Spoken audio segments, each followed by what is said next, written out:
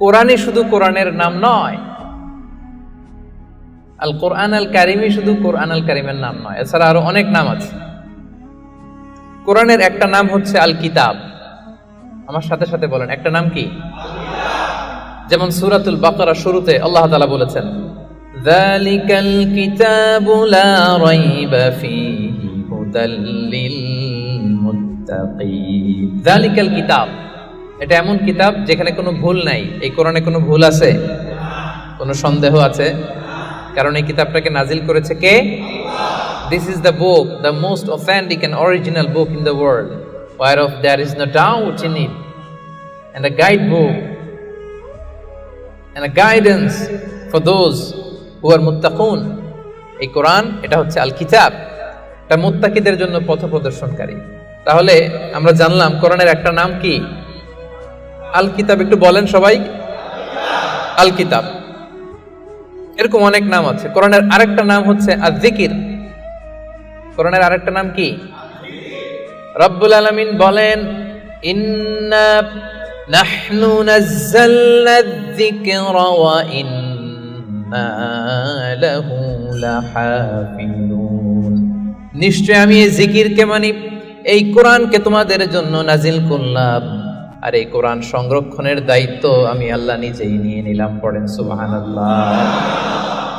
জিকির, কোরআনের একটা নাম কি? এর আগে জানলাম আরেকটা নাম কি? কিতাব। প্রিয় ভাইরা, কোরআনের আরেকটা নাম হচ্ছে আল ফুরকান। এই যে সূরা থেকে আলোচনা করব, 25 নম্বর সূরা, মাক্কি সূরা, এই ফুরকান এটা কোরআনের আরেকটা নাম।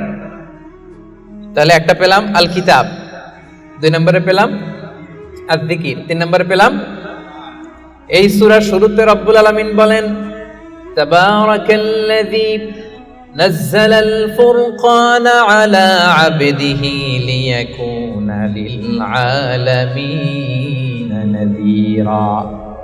বরকতময় সেই সত্তা যিনি ফুরকানকে অর্থাৎ কোরআনকে তার বান্দা মুহাম্মদ সাল্লাল্লাহু আলাইহি ওয়াসাল্লামের উপর নাজিল করেছেন, যাতে করে মুহাম্মদ সাল্লাল্লাহু আলাইহি ওয়াসাল্লাম গোটা বিশ্ববাসীর জন্য সতর্ককারী হয়ে যেতে পারেন। পড়েন সুবহানাল্লাহ।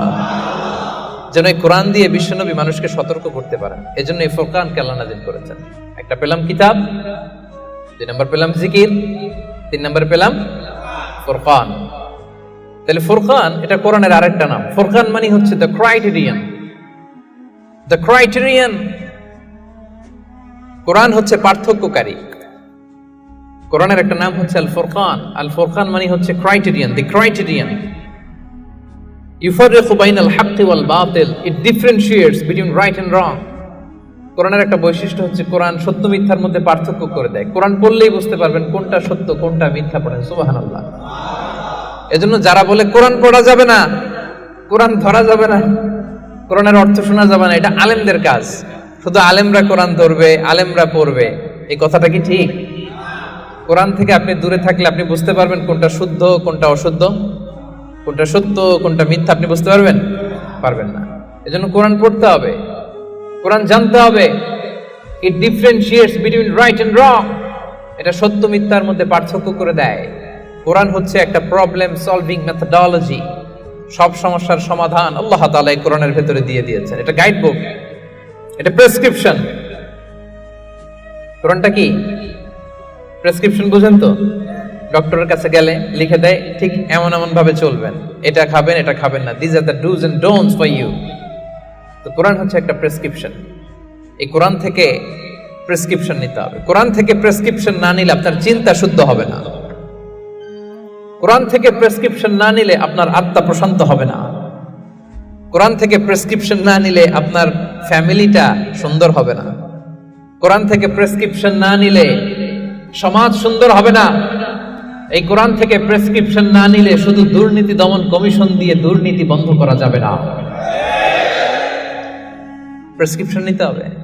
সমাজটারে সাজাতে চান, রাষ্ট্রটারে সংস্কার করতে চান, মেরামত করতে চান, তাহলে প্রেসক্রিপশন নিতে হবে একটা গাইডবুক থেকে। গাইডবুকটার নাম কোরআন।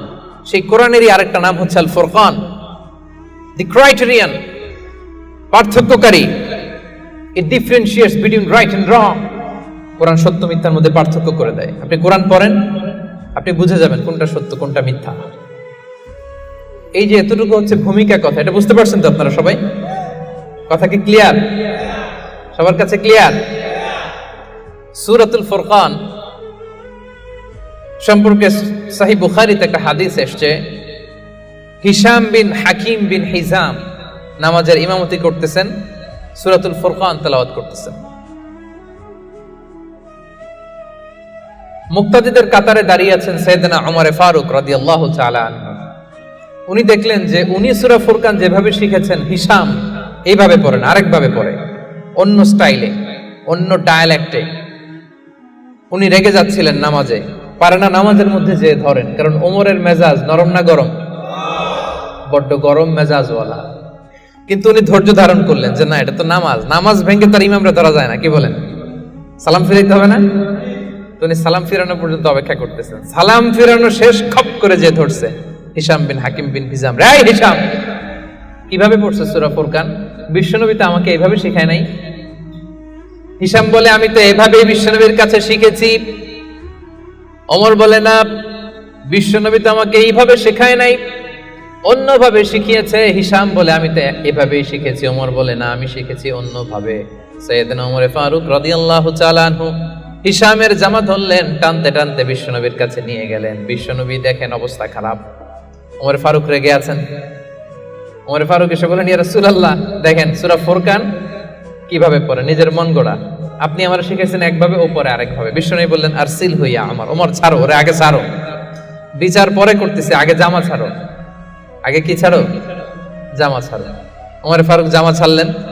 এবার বিশ্বনবী বললেন, হিশাম, তুমি যে ইমামতি করছিলা কিভাবে পড়ছিলা? সূরা ফুরকান পড়ো তো। তিনি বললেন, বিশ্বনবী বললেন, কাযালিকা উনজিলাত, কোরআন এভাবেও নাজিল হয়েছে।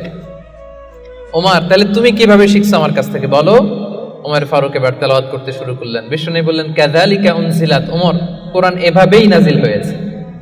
এবার তো দুইজন অবাক, কিরে আমি বললাম একভাবে, বলে এইভাবে নাজিল হয়েছে। আবার ওমর ফারুক বললেন আরেকভাবে, বলে এইভাবেও নাজিল হয়েছে। বিশ্বনবী বললেন, শোনো শোনো, ইন্নাল কোরআনা উনজিলা আলা সাবআতি আহরুফ, কোরআন 7টা ডায়ালেক্টে, 7টা আঞ্চলিকতায় নাজিল হয়েছে। ফাকরাউ মা তায়াসসারা মিন, যেটা দিয়ে সহজ লাগো পড়ো, কবুল করে নিবে কে?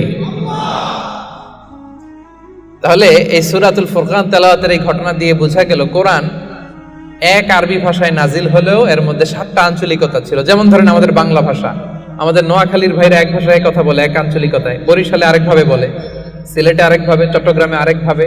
সবার ভাষাই বাংলা, সবার ভাষা কি, কিন্তু আঞ্চলিকতার ভিন্নতা আছে না নাই? তাহলে কোরআন নাজিল হয়েছে আরবি ভাষায়, কিন্তু এর মধ্যে 7টা আঞ্চলিকতায় কোরআন পড়া বৈধ। যেমন ধরুন আমরা পড়ি ওয়াদ-দুহা, ওয়াল-লাইলি ইযা সাজা, মা ওয়াদ্দাআকা রাব্বুকা ওয়া মা ক্বালা, ওয়ালাল আখিরাতু খায়রুল লাকা মিনাল উলা। আমরা এইভাবে শিখছি না? কিন্তু আরেকটা ডায়ালেক্টে পড়া যায় ওয়াদ-দুহি, ওয়াল-লাইলি ইযা সাজে, মা ওয়াদ্দাআকা রাব্বুকা ওয়া মা ক্বালা, ওয়ালাল আখিরাতু খায়রুল লাকা মিনাল উলা। সুবহানাল্লাহ পড়বেন না? এক কোরআন 7 ভাবে পড়া যায়, in different 7 ways, in 7 dialects. 7টা আঞ্চলিকতায় কোরআন পড়ার বৈধতা দিয়েছে কে?